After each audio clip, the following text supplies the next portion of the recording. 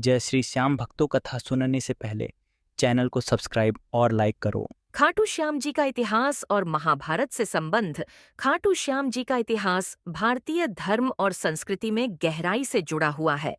खाटू श्याम जी को भगवान श्री कृष्ण के अवतार के रूप में पूजा जाता है।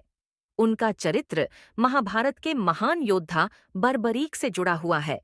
इस अध्याय में हम खाटू श्याम जी के जन्म, उनकी महाशक्ति, महाभारत में उनकी भूमिका और श्री कृष्ण द्वारा दिए गए वरदान का वर्णन करेंगे। खाटू श्याम जी का जन्म और परिवार। खाटू श्याम जी का असली नाम बर्बरीक था। माता पिता। बर्बरीक के पिता घटोत्कच थे, जो भीम के पुत्र थे। उनकी माता का नाम अहिलावती या मौरवी था।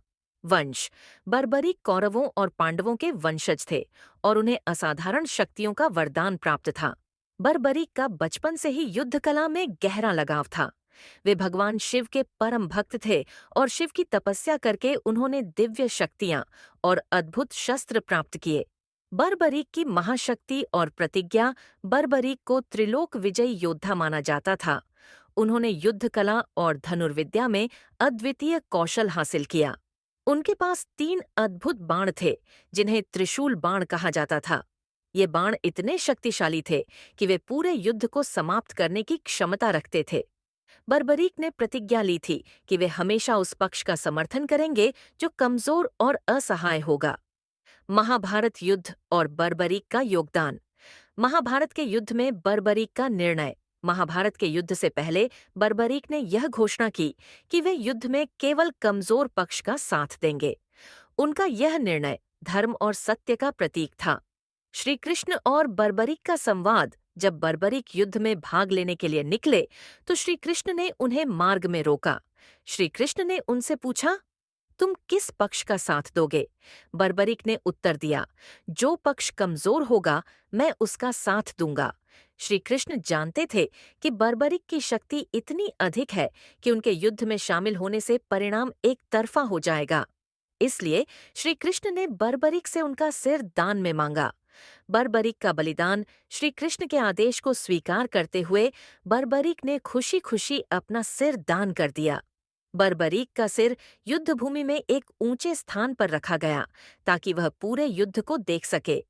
बर्बरीक ने युद्ध के अंत में श्री कृष्ण को बताया कि उन्होंने देखा कि युद्ध में केवल श्री कृष्ण की दिव्य शक्ति के कारण विजय संभव हुई।